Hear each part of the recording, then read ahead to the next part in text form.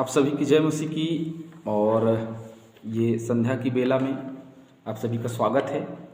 और आज हम प्रार्थना के ऊपर में 2 दिन चर्चा करेंगे, आज और कल, और शायद 3 दिन। हाँ, क्योंकि प्रार्थना का जो विषय है वो बहुत ही गंभीर विषय है। और 6वां अध्याय, मत्ती 6वां अध्याय 5 पद से लेकर के 8 पदों के बीच में आज हम देखने वाले हैं। उसके बाद में कल जो है वो उसके आगे देखेंगे। तो हम देखते हैं मत्ती 6:5 से आगे 5वें पद में, जब तू प्रार्थना करे तो कपटियों के समान न हो, क्योंकि लोगों के दिखाने के लिए आराधनालयों में और सड़कों के मोड़ों पर खड़े होकर प्रार्थना करना उनको अच्छा लगता है। मैं तुमसे सच कहता हूँ कि वे अपना प्रतिफल पा चुके। परंतु जब तू प्रार्थना करे तो अपनी कोठरी में जा और द्वार बंद करके अपने पिता से गुप्त में प्रार्थना कर, तब तेरा पिता तुझे गुप्त में जो देखता है वो तुझे प्रतिफल देगा। प्रार्थना करते समय अन्य जातियों के समान बकबक ना करो, क्योंकि वे समझते हैं कि उनके बहुत बोलने से उनकी सुनी जाएगी। इसलिए तुम उनके समान ना बनो, क्योंकि तुम्हारा पिता तुम्हारे मांगने से पहले ही जानता है कि तुम्हारी क्या क्या आवश्यकताएं हैं।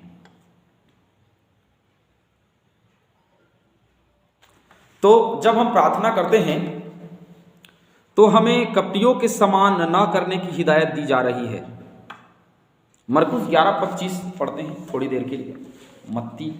मरकुस 11:25।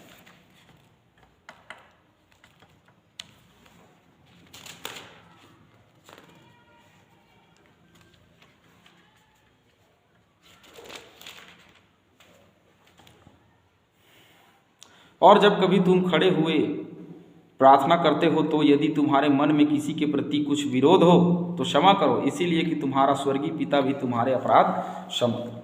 कपटियों के समान प्रार्थना करने का मतलब समझते हैं लोगों को दिखाने के लिए।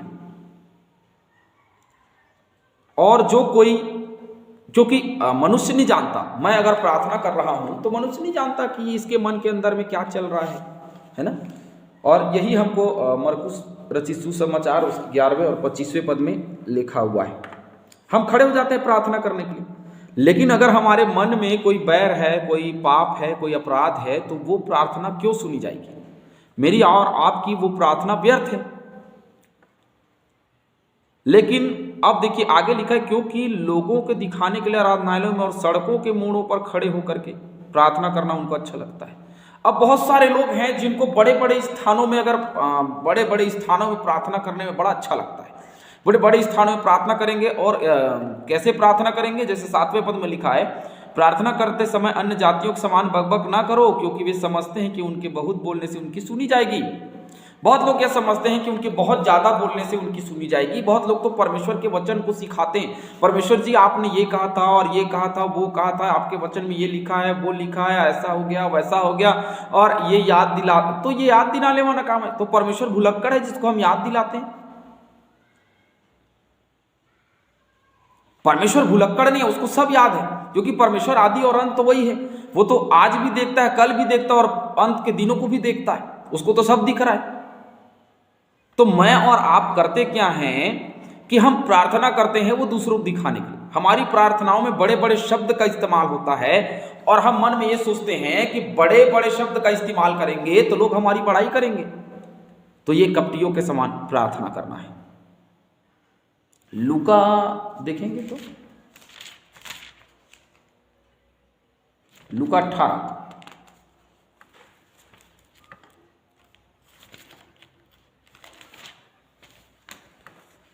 10। 2 मनुष्य मंदिर में प्रार्थना करने के लिए गए, एक फरीसी था और दूसरा चुंगी लेने वाला। फरीसी खड़ा होकर अपने मन में ये प्रार्थना करने लगा, हे परमेश्वर, मैं तेरा धन्यवाद करता हूँ कि मैं दूसरे मनुष्य के समान अंधेर करने वाला, अन्यायी और व्यभिचारी नहीं, और ना उस चुंगी लेने वाले के समान हूँ। मैं सप्ताह में 2 बार उपवास रखता हूँ, मैं अपनी सब कमाई में से 10वां देता हूँ।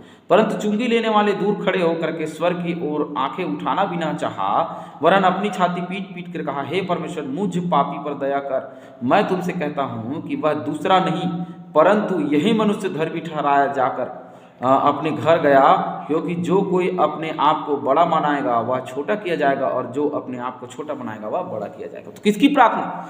उस कपटी के समान ना बन, उस फरीसी के समान ना बन जो आया प्रार्थना करने और याद दिला रहा, परमेश्वर मैं तो दसवां देता हूँ, ये करता हूँ, वो करता हूँ, ऐसा हो गया वैसा हो गया, मैं तो तेरे पीछे चलने वाला लोग। लेकिन चुंगी लेने वाला बोलता भाई ऊपर देखना भी नहीं चाहा और बोल रहा है परमेश्वर मैं तो इस योग्य नहीं हूँ, और मुझे परमेश्वर तू क्षमा कर, दया कर, मुझ पर रहम कर। रोने लगा, पीट पीट करके, छाती पीट पीट करके चिल्लाने लगा, बोले मुझे क्षमा कर दे प्रभु, मैं तो दुष्ट हूँ, पापी हूँ। तो कौन उद्धार पाके घर जाएगा? वो जिसने क्षमा मांगा। तो प्रार्थना हमारी कपटियों के समान ना हो तो कैसे हो? 6वें पद, परंतु जब तू प्रार्थना करे तो अपनी कोठरी में जा और द्वार बंद कर के अपने पिता से गुप्त में है प्रार्थना कर, तब तेरा पिता जो गुप्त में है देखता है, तुझे प्रतिफल देता है। एकांत में प्रार्थना कर। तो हर एक मनुष्य को, मैं सोचता हूँ हर एक मनुष्य को एक एकांत जगह तय करना चाहिए कि वो वहाँ प्रार्थना करे। अगर एकांत जगह तय नहीं है, क्योंकि देखिए मैं वीडियो बनाता हूँ तो मैं यहाँ चर्च में अकेला बैठा हूँ, और अकेले बैठ करके मैं अध्ययन करता हूँ, पढ़ता हूँ, और पढ़ने के बाद में वीडियो डालता हूँ और वीडियो बनाता हूँ। तो अध्ययन जरूरी, और अकेले ही रहकर आप अध्ययन कर सकते हैं। यहाँ 2-4 बच्चे खेल रहे हो तो आपकी एकाग्रता भंग हो जाएगी। तो हम लंबे समय तक, क्योंकि प्रार्थना है, ये तो ठीक भी है कि हम देख देख करके चलिए, कुछ उधर भी देख लिए, कुछ वचन को भी देख लिए, तो थोड़ा सा अध्ययन हो भी जाता है कभी कभी। लेकिन जब प्रार्थना में बैठे हैं तो हमारा मन एकाग्रचित नहीं हो सकता, हमारा मन जो है एक जगह स्थिर नहीं रह सकता।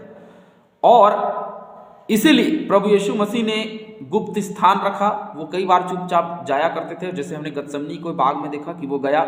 और इसी का 14 का 23 पढ़ेंगे मत्ती का, और मरकुस 1:35, लूका 4:42 और 5:16 और 6:12, इन सभी में हम देखेंगे तो विशेष महत्व दिया गया है गुप्त प्रार्थना को प्रभु यीशु मसीह के द्वारा। वो चुपचाप जाते हैं और एकांत में प्रार्थना करते हैं, और उसके बाद में बड़े बड़े चिन्हों और चमत्कारों को करते हुए हम देखते हैं। लेकिन प्रार्थना का प्रारूप, क्योंकि गुप्त में जाकर के प्रार्थना करना है, और गुप्त में इसीलिए करना है क्योंकि हमारी प्रार्थना लंबी हो, हम ज़्यादा समय तक परमेश्वर से बातचीत कर सकें।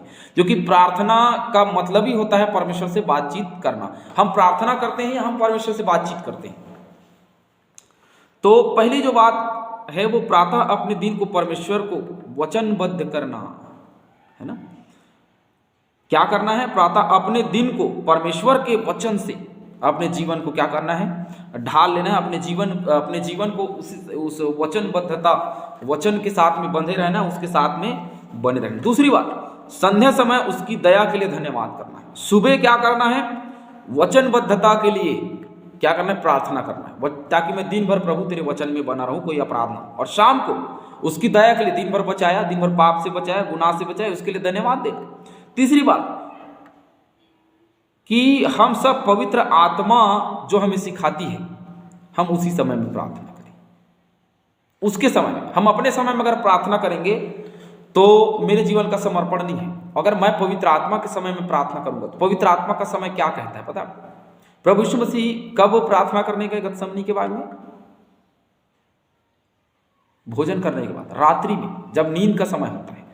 तो नींद के समय हम सो जाते हैं, वो हमारे सोने का समय होता है। लेकिन परमेश्वर कहता है अपने समय में नहीं, परंतु पवित्र आत्मा के समय में हमें प्रार्थना करने का आवश्यकता है। तब परमेश्वर हमारी प्रार्थना सुनेगा।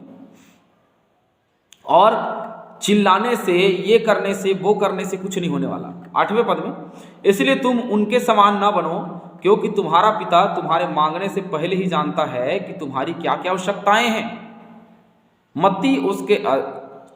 मत्ती उसके 6वें अध्याय उसके 32 पद, इसी के 32 पद में लिखा है, क्योंकि अन्य जातियां इन सब वस्तुओं की खोज में रहते हैं, पर तुम्हारा स्वर्गीय पिता जानता है कि तुम्हें इन सब वस्तुओं की आवश्यकता है। तो किन किन चीजों की आवश्यकता है? ऊपर लिखा है। इसलिए तुम चिंता करके यह ना कहना कि हम क्या खाएंगे और क्या पिएंगे और क्या पहनेंगे। मनुष्य 3 चीज के लिए जीवित है। तीन चीज चाहिए मनुष्य को जीवन में, खाना, पीना और पहनना, है ना। खाना, पीना और पहनना, ये 3 चीज चाहिए मनुष्य के जीवन में। और इन 3 चीजों में हम अपना जिंदगी को पता नहीं कहाँ से कहाँ ले जाते हैं, पाप अपराध और ये और वो, पैसा बहुता ऐसे धन कमाने लग जाते हैं। तो उसके लिए परमेश्वर का वचन कहता है कि तुम इन बातों की चिंता क्यों करते हो, जैसे अन्य जाति खोज में लगे रहते हैं, तुम क्यों लगे रहते हो, क्योंकि तुम्हारे लिए तो पिता है और वो सब वस्तुओं को क्या करता है, तुम्हें देता है। 33वें पद में, इसीलिए पहले तुम परमेश्वर के राज्य और उसके धर्म की खोज करो तो ये सब वस्तुएं तुम्हें मिल जाएंगी। तो पहले हमें, जब हम प्रार्थना करेंगे मन लगा करके, और तो धर्म के साथ में प्रार्थना करें। और कैसे, पिछले कल के क्लास में सीखा है कि देना है तो पहले अपने भाई से क्षमा मांगना पड़ेगा और फिर देना पड़ेगा, तब हमारी भेंट ग्रहण की जाएगी। ठीक वैसे ही प्रार्थना भी है, प्रार्थना तब हमारी ग्रहण की जाएगी जब हम क्या करेंगे,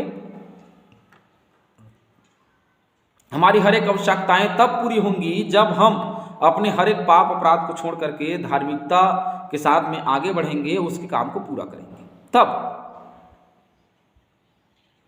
हमारा कुछ हो सकता है। और अन्य जातियों के समान बकबक करने से कुछ नहीं मिलने वाला। वो तो सिर्फ यही है कि हमें ऐसा लगेगा, अरे हम जोर जोर से चिल्लाएंगे, अरे बहुत प्रार्थना करेंगे, अरे ऐसा करेंगे वैसा करेंगे, डेग लगाएंगे, ये करेंगे वो करेंगे, बड़े बड़े बक्सा लगा करके प्रार्थना करेंगे, तो क्या परमेश्वर सुनेगा? वो तो मन की आवाज़ को सुन लेता है, क्योंकि मन को जांचने वाला हमारा परमेश्वर है। क्यों?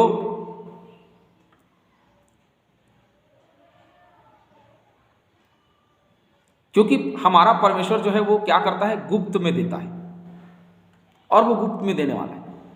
इधर उधर डिंडोरा पीटने से, बड़े बड़े आराधनालयों में खड़े होकर के जोर जोर के चिल्लाने से क्या हमारा परमेश्वर सुनेगा? नहीं, हमारा परमेश्वर तो सब कुछ सुनता है। हम धीरे बोलेंगे तो भी सुनेगा, मन में अगर बोल देंगे तो भी सुन लेगा, क्योंकि हमारा परमेश्वर भैरन है। वो तो, उसकी आंखें हर एक विश्वासियों के लिए ऊपर लगी रहती है। वो देखते रहता है किसको किस चीज़ की आवश्यकता है और किसको किस बात की कमी और किस बात की घटी है, और उन्हीं कमी और घटियों को क्या करता है, वो हमारे जीवन से दूर करता है। प्रार्थना में जो भी मांगे और वो हमारी प्रार्थना को सुनता है। भजनकार दाऊद कहता है कि मैंने प्रातः काल प्रार्थना की और उसने मेरी सुन ली और सुन करके मुझे उत्तर दिया।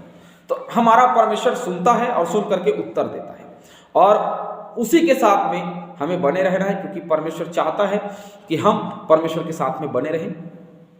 और वो चाहता है कि हर एक मनुष्य, हर एक जीव अंगीकार करे कि मसीह यीशु ही प्रभु है।